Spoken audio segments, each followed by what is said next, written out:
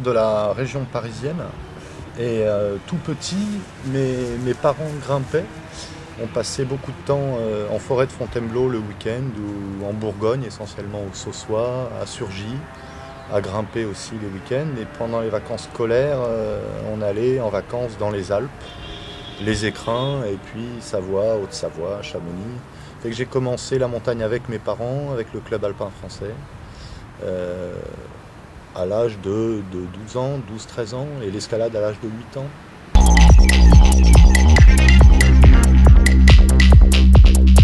Est-ce que je suis danseur ou grimpeur? Je suis un peu des deux, ou ni l'un ni l'autre. J'essaye d'organiser ma vie entre ces deux passions. C'est à la fois deux passions et deux activités professionnelles. La danse verticale me demande un investissement la moitié de l'année au moins, certaines années plus. La montagne, jusque-là, c'est plutôt le temps qui me reste. Je privilégie plutôt la danse verticale ces dernières années, et essentiellement avec la compagnie Retour à Mont. Alors on a un travail de chorégraphie en aérien, suspendu à des cordes ou des élastiques. C'est essentiellement du ballon avec des formes, avec un rythme. Et notre recherche est surtout basée sur l'utilisation des lieux sur lesquels on travaille. On travaille à 90% sur des édifices construits par l'homme, enfin dans des milieux urbains, et on réfléchit à écrire une chorégraphie en lien avec l'architecture. Mais c'est le cas aussi quand on travaille en site naturel, en falaise. On se pose la question de l'architecture naturelle du rocher ou de l'architecture naturelle de l'arbre. Et voilà, ça fait vraiment partie de notre envie de travailler en relation avec la matière sur laquelle on s'appuie, sur laquelle on pousse, sur laquelle on tourne. Voilà.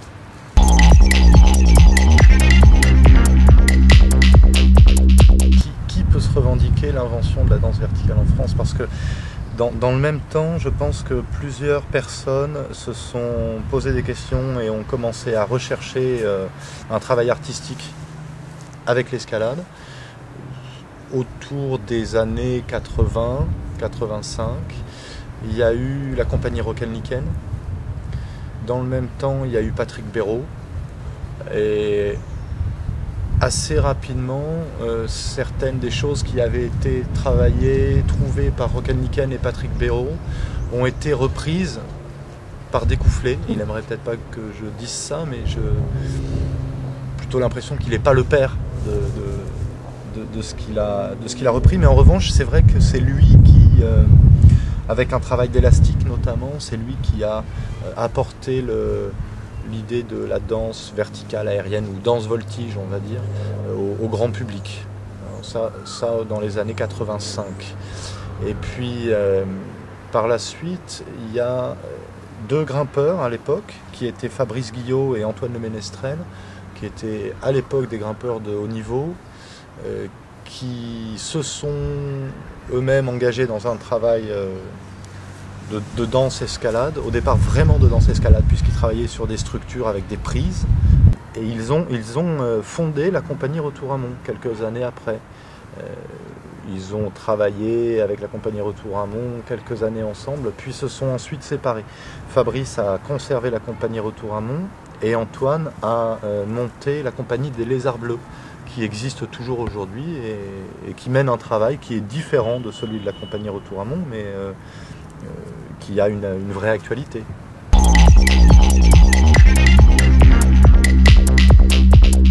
En 2005, je suis parti au Broad Peak avec Rémi Escoffier, Gérard Goupil et Jean-Marie Faure, ainsi que Thierry Damilano, qui venait pour réaliser un film. C'était ma première expé montagne, mon premier voyage montagne en Himalaya. C'est une expé qui est à l'initiative de Rémi. Le frère de Rémi, Eric, est mort en 98 sur ce même sommet, alors qu'il tentait d'enchaîner les 14-8000. Malgré son handicap important, il était hémiplégique suite à de nombreux accidents. Rémi, à cette époque-là, devait aller avec lui, puis lui-même s'étant blessé la cheville en 98, était resté à Paris. Éric décédé en 98, Rémi avait de toute façon envie d'y retourner, pas tellement pour l'exploit sportif, parce que l'objectif n'était pas d'ouvrir un nouvel itinéraire. On a répété la voie classique du Broad Peak, et plutôt pour Rémi, c'était un pèlerinage plutôt qu'une recherche de performance alpine ou himalayenne. On a répété la voie normale, et on ne l'a même pas répété entièrement, puisqu'on a eu un problème de météo sur toute la période que l'on avait au camp de base, où on a très rarement eu plus de 3 jours de beau consécutifs, avec des périodes de jusqu'à 12 jours de mauvais temps, avec beaucoup d'attentes au camp de base, ce qui nous a énormément freiné pour notre acclimatation, nos portages en altitude, et on est arrivé à l'altitude de 7009, enfin sur mon alti 7920, avec une acclimatation insuffisante compte tenu des conditions d'enneigement aussi. On a des conditions d'enneigement très importantes ce jour-là, avec une neige très lourde. On s'enfonçait beaucoup, on n'était pas acclimaté, et on avait beaucoup de mal à avancer. Donc on a décidé de faire demi-tour. Voilà. J'ai participé aussi à des expés du Radeau des Cimes, des voyages escalade. Enfin voilà, ça a été... je dirais que de façon générale, j'aime voyager, l'aventure, m'inscrire dans des projets, même si ces projets ne sont pas liés à de l'escalade ou à de la montagne.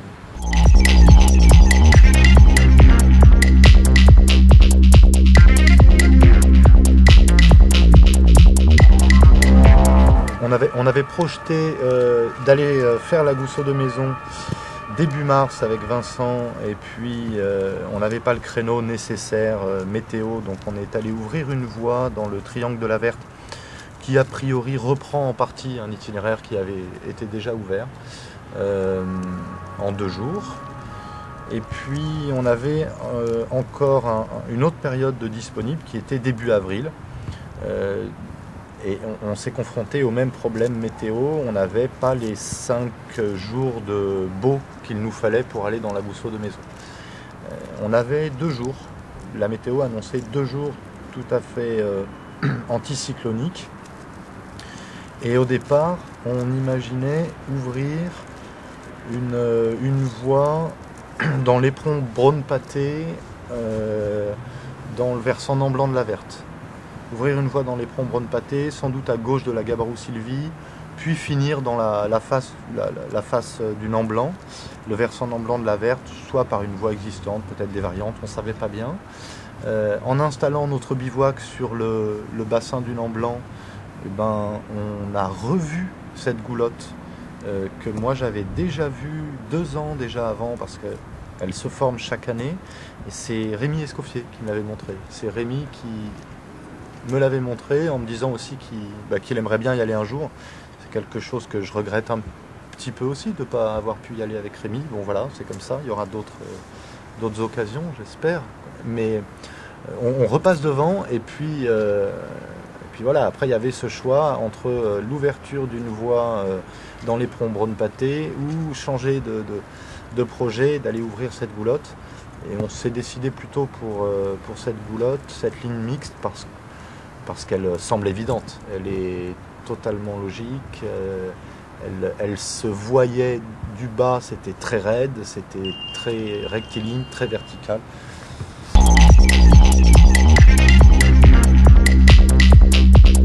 On a préféré aller dans Freedom parce que la ligne nous semblait plus évidente. Je pense que l'idée qu'on avait d'ouvrir une voie dans l'éperon Braune-Pâté, c'était un petit peu plus un passage en force, un peu plus tortueux, un peu voilà. Alors que cette ligne-là, du bas, on la voit, quoi. Elle paraît vraiment logique, très belle, verticale, aérienne, et ça s'est confirmé en y étant. La première partie de la voie, les premiers 400 mètres, c'est le bas du couloir Nord des Drues, c'est un itinéraire commun au couloir Nord des Drues. Et puis, au lieu de bifurquer à droite pour aller récupérer la première longueur d'artif du couloir Nord des Drues, en traversant sur une écharpe neigeuse vers la gauche, on récupère cette boulotte et de longueur mixte, 4 longueurs mixtes, 4 grandes longueurs mixtes, entre 50 et 60 mètres chacune, et ensuite 4 longueurs de rochers de 50 mètres aussi. C'est une voie vraiment très variée avec des difficultés relativement importantes parce que dans le mixte, je pense qu'en restant très très objectif, on a une première longueur qui est vraiment exigeante techniquement, difficile à protéger, avec une glace qui est fine et très fragile. Alors ça dépend forcément des conditions, hein. Elles sont variables d'une année à l'autre, mais vu la morphologie du rocher, je ne pense pas qu'il puisse y avoir des années où ce soit un couloir de glace. Ça restera de toute façon assez fragile et très aléatoire, puisque c'est très très raide et que c'est très compact. Il y a très peu de fissures. Voilà. Sur une longueur de 65 mètres, que nous on a coté M8+. Alors c'est toujours difficile de coter le mixte aujourd'hui, mais on a essayé de donner des cotations de la voie en imaginant qu'on pouvait mettre cette longueur dans une école de draille en basse altitude. Quelle cotation ce serait? M8, M8+. Voilà. En imaginant même que ce soit équipé, aseptisé, des spits, je pense que ça resterait cette cotation-là. Puis une deuxième longueur qui est très différente, parce que sans doute un petit peu moins technique, un peu moins raide, mais beaucoup plus fragile sur la glace et la neige. On a eu dans la deuxième longueur une neige un peu cassante, pas complètement formée, des parties de champignons assez sains, mais sur lesquels on avait du mal à faire confiance, et puis d'autres parties totalement à nettoyer, très très fragiles, dans un dièdre qui était très compact et qui manquait de fissures au fond. Et après cette deuxième longueur de mixte, 2 autres longueurs de mixte qui sont plus classiques. Un bastion rocheux très imposant, très très compact, dans du rocher excellent, avec une fissure principale très rectiligne sur au moins 50 mètres. On n'avait pas le matériel nécessaire pour ouvrir, il aurait fallu avoir les chaussons puisque c'était complètement sec. Je pense que c'est au moins cette longueur au-dessus relativement difficile, enfin, ce serait pas moins de 7A ou 7B.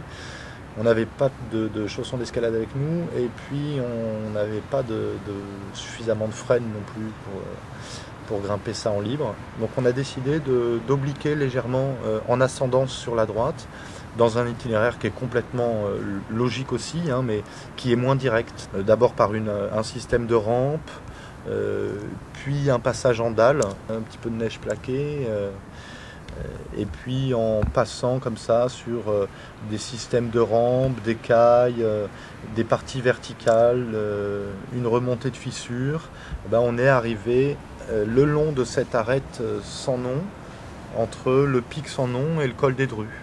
On avait choisi d'être très léger sur cette ouverture. On n'avait pas pris de quoi bivouaquer, on n'avait pas pris de réchaud, ni de nourriture, sauf ce qu'il nous fallait dans la journée, c'est-à-dire des barres de céréales et 1,5 litre d'eau. Je pense que c'était le bon choix parce qu'en étant un tout petit peu plus lourd, on n'aurait pas pu avancer comme on a avancé. Là, on a fait l'ouverture en tout en 14 heures d'escalade. À peine plus lourd, on aurait tout de suite mis 20 heures et ça aurait nécessité un bivouac. On a fait la dernière longueur de nuit, c'est pour ça qu'on la cote en artif, cette longueur. Je pense qu'elle est réalisable en libre 2 jours, en dry tooling, c'est vraiment très très sec. Et impossible à grimper en revanche à la main. Donc en utilisant sans doute les petites fissures dans lesquelles on a coincé nous des coinceurs câblés ou des micro-freins, on doit pouvoir la grimper vraiment en dry. Nous il faisait nuit et puis Vincent, le collègue qui grimpait en tête à ce moment-là, a fait tomber un parpaing, m'a fait tomber dessus un parpaing. Bon voilà, donc l'ensemble, on a préféré assurer un peu, grimper en artige pour lui, et puis malgré tout bivouaquer à la sortie de la voie.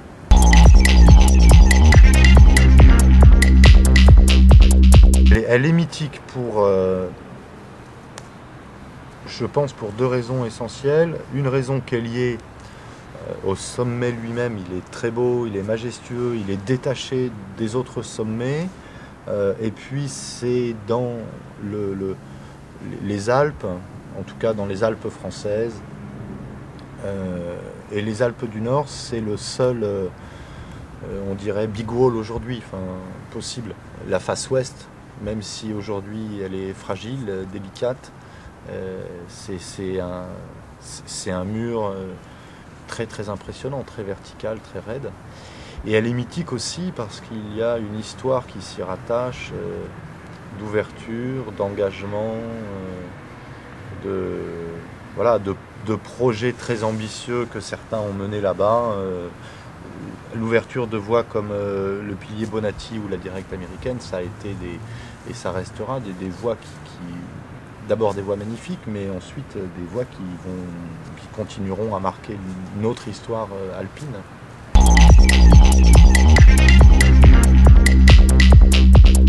Vincent-Henri Amar, c'est un ami, c'est un frère, c'est quelqu'un que je trouve vraiment brillant dans ce qu'il fait. Il est jeune, il est plus jeune que moi, il a 28 ans. Il est parisien aussi, d'origine, grimpeur aussi comme moi, et puis on s'est mis ensuite à la montagne. C'est quelqu'un qui a d'énormes facilités insolentes pour les autres, pour ses amis, un très fort grimpeur, très jeune capétien en sport, prof de sport aujourd'hui, puis ensuite très jeune agrégé, puis jeune aspirant guide, et puis bon aspirant guide, voilà. Et c'est aussi et surtout quelqu'un voilà, d'une générosité, d'une créativité dans ses projets, dans ses idées, et avec beaucoup d'aplomb, d'assurance, notamment en montagne. C'est magnifique de pouvoir partager avec quelqu'un cette confiance-là, sans aucune rivalité, avec un encouragement permanent, avec une vraie escalade en réversible. C'est pas une escalade en réversible parce qu'on s'est imposé de le faire, c'est une escalade en réversible parce qu'on se laisse la possibilité de se dire ben voilà, je me sens un peu fatigué, est-ce que tu peux y aller, je me sens mieux que toi dans cette longueur, si tu veux j'y vais. Enfin, voilà, il y a un échange mutuel permanent qui nous porte, qui nous fait du bien, quoi. La façon dont on s'appelle mutuellement, on s'appelle les Camalos. Voilà. Et c'est les Camalos. Les Camalos, c'est 3 personnes, c'est Bruno Roche, Vincent-Henri Amar et moi. On est des Camalos, des friends, des Camalos. Voilà. On a besoin de l'autre pour tenir, pour s'assurer, voilà, on est les Camalos.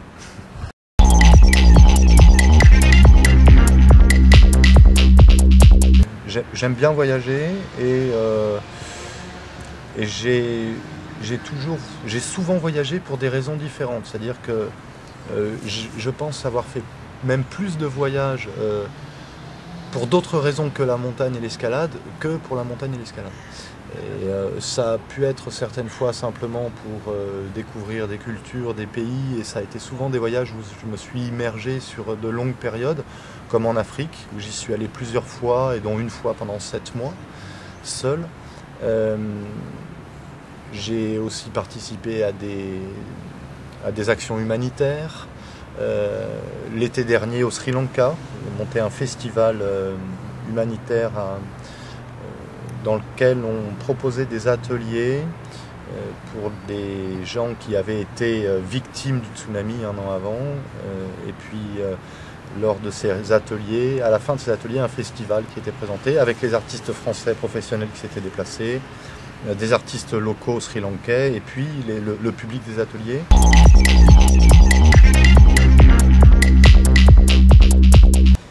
J'ai des envies d'aventure en montagne, de voyage. Ce sera pour beaucoup aussi des envies de partage et d'amitié avec des amis. Forcément Vincent, qui est quelqu'un avec qui je grimpe de plus en plus aujourd'hui et voilà, avec qui on partage beaucoup et en qui on a confiance et une bonne cordée. Un autre ami, Bruno Roche, qui est guide à Chamonix. Et on a envie cette année de s'investir un peu plus, de prendre un peu plus de temps. Je risque sans doute de moins danser que les autres années, notamment l'automne prochain où on aimerait prendre 6 mois pour organiser au moins 2 expéditions avec des temps vraiment d'entraînement entre les deux.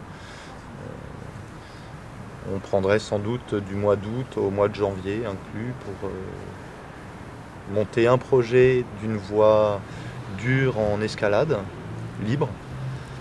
Sans doute comme ça, hein, aujourd'hui c'est des réflexions, mais soit Patagonie, soit Pakistan, autour de Trango, voilà. Et puis un projet de montagne mixte sur des sommets de 6500-7000 techniques.